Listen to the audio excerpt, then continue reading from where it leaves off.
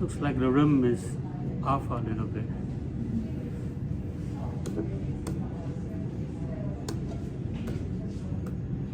So the rim is not level. So I will try to level the rim first.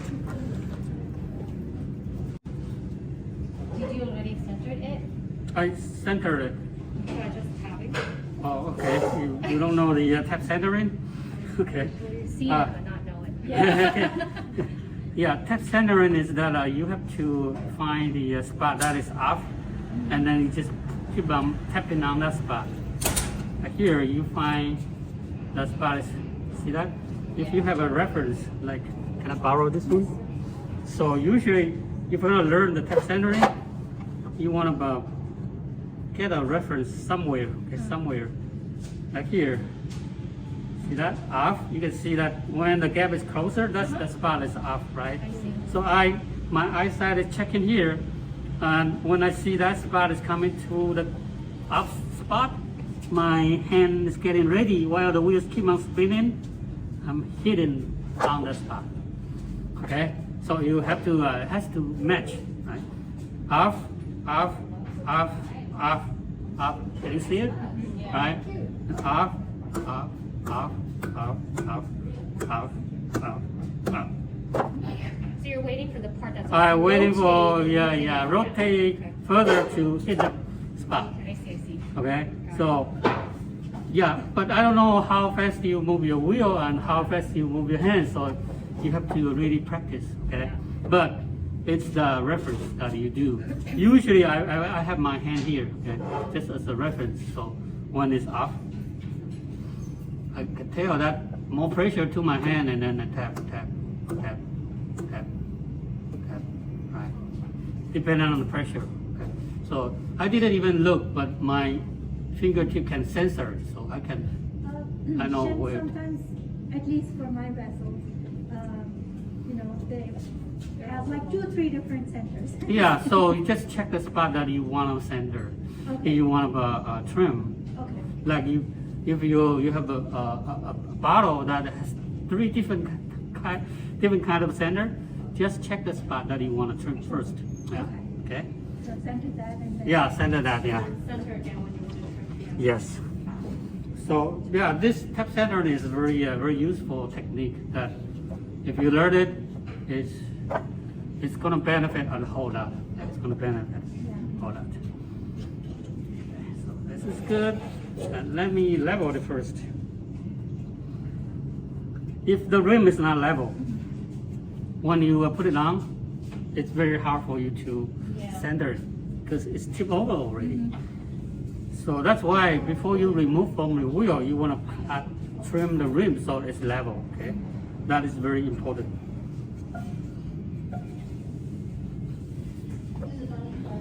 So I'm just leveling first.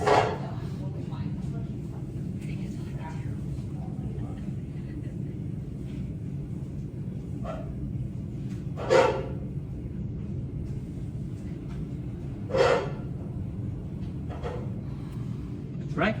So that's So how level. did you move your trimming tool to level the rest? How do I? How did you move the tool? Well, so when you level, usually if you have your tool hold it on top, you are going to go with the wave. So most of the time you could never get your level done. Okay, so either you want to cut from the outer part or from the inner part. So you see that when I'm starting, I start my tool from that corner and spin the wheel a little bit faster and hold my tool very steady from one side, and then you just cut. Okay. Inside. Yeah, from either inside or from outside. You can spin the wheel a little bit faster. It's helping, okay? So that's level my base first. And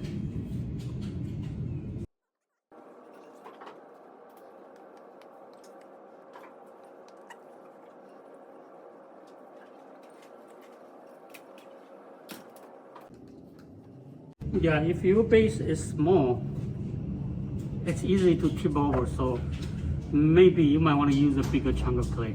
This piece of clay is a little bit too small, but I will take the risk. Okay. And for trimming, you could first make your mark and give yourself an idea where you want to put your foot ring. Okay. The smaller the foot ring, the lighter your piece will look. But you want to find a balance of stable on the look. Okay. You don't make it very small, that is easy to tip over. So just find your balance. Okay.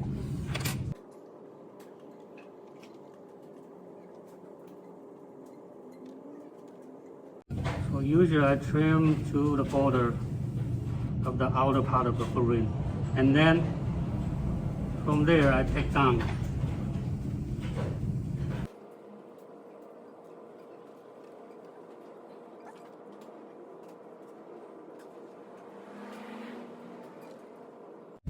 So usually I am using the larger loop tool to trim the larger area, but for the detail, you could either use my number 2 trimming tool to remove the clay. Okay, or there's another loop tool that I just developed. Okay, this loop tool, it's also very good for trimming the corner.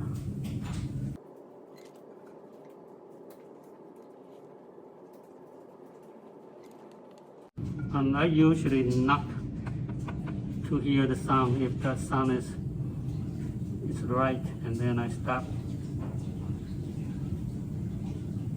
And I also have a tool to measure exactly how big the bottom is. So you could use the tool to measure.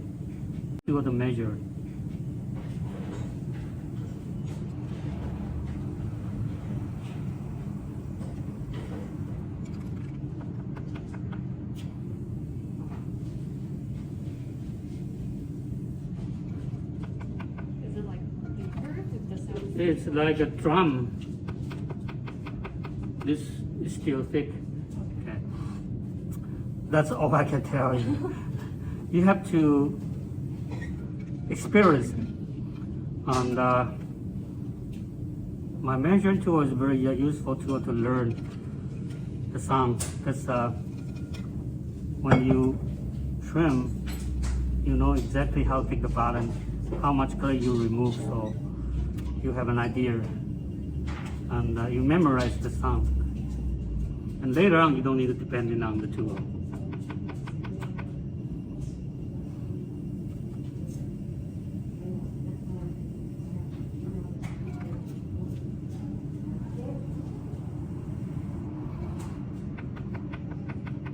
Okay, it's a bit better now. So after that, I will probably use more of the corner.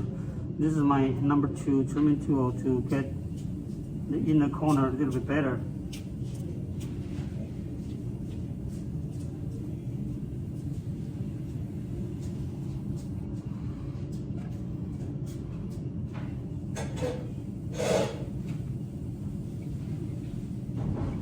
Right?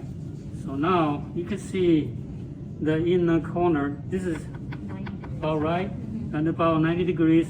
And then you want to compare the outer part, that should be lower than inner part, right? Usually the inside, when you're making something, you have a curve. So that's how much clay you can remove from here, okay?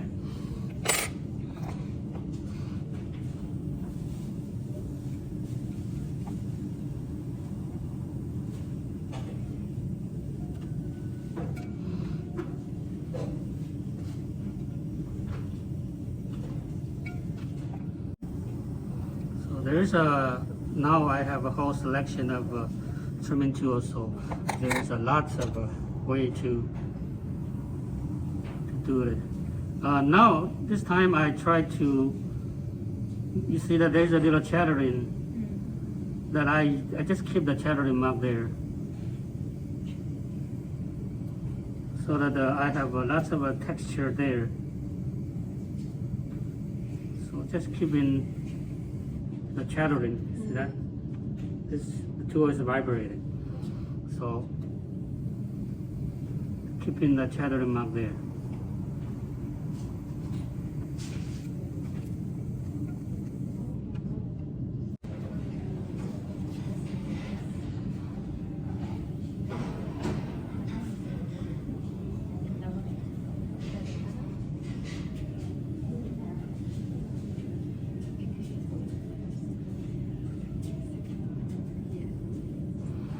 Alright, done.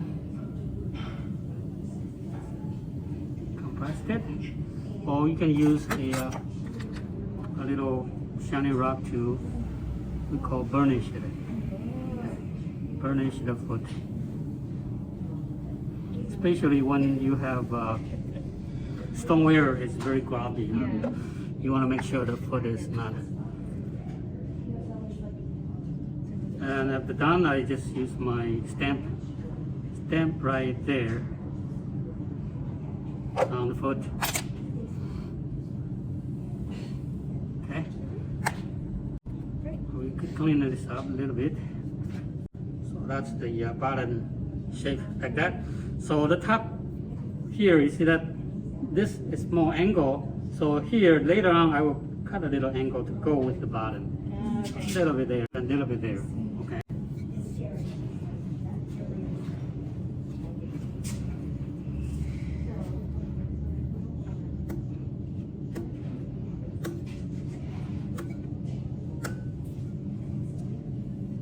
Okay. Center in, done. And that, you see that this texture is a little bit rough. I would, one is bone dry. You can use the Scotch-Brite to kind of smooth it a little bit. Or when, after this fire, before you glaze it, you can use the sandpaper to smooth it. So it's not so scratchy, okay?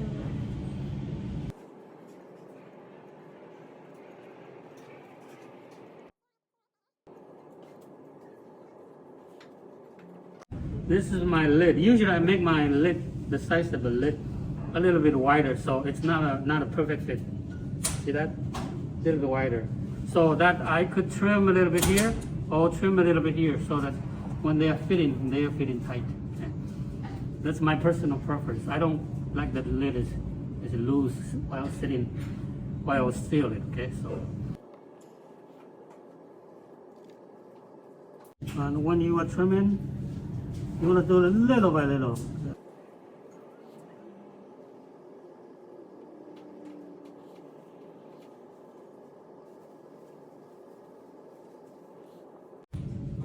Okay, it's almost there, not quite, but I usually do trim it to this stage, and then what I did is get a shiny rock and then just compressed it.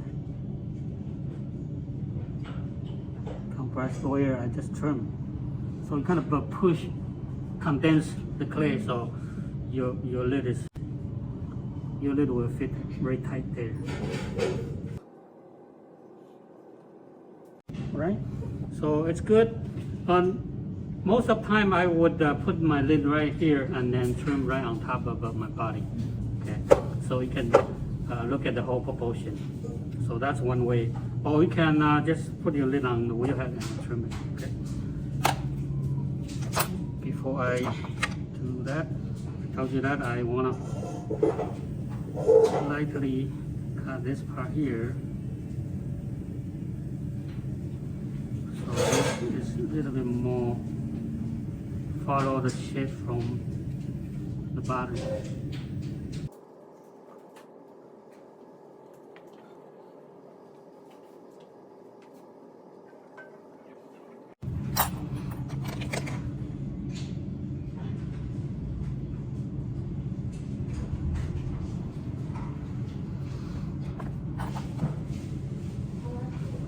Put in a little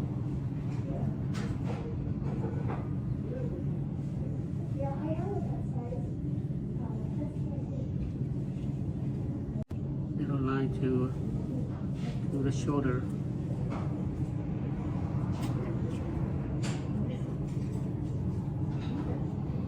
Okay, it's very right. So that's the lid sitting on there. Now I'm going to trim my lid using the water method.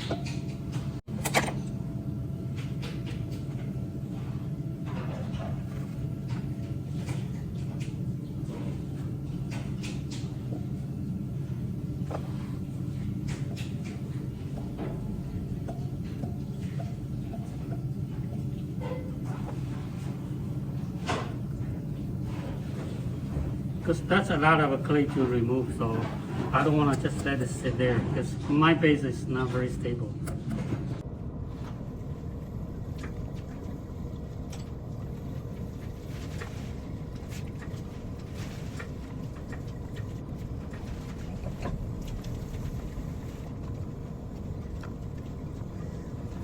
This lid is a little bit too dry.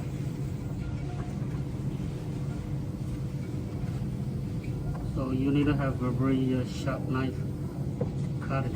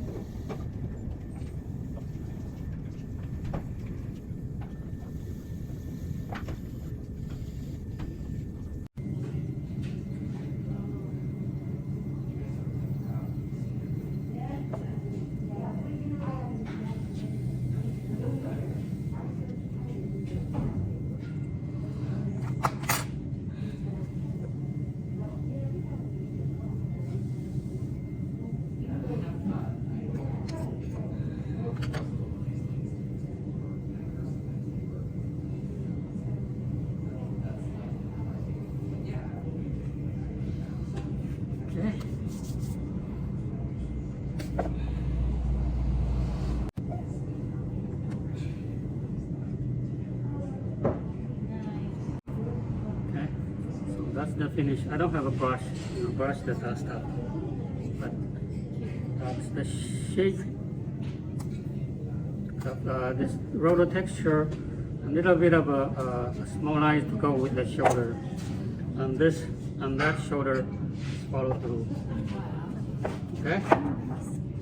Right, so that's demonstration. It's very time consuming when you do the trimming, but you want to do a good job on finish it up. You see that I take my time to finish it up. Yeah. All right.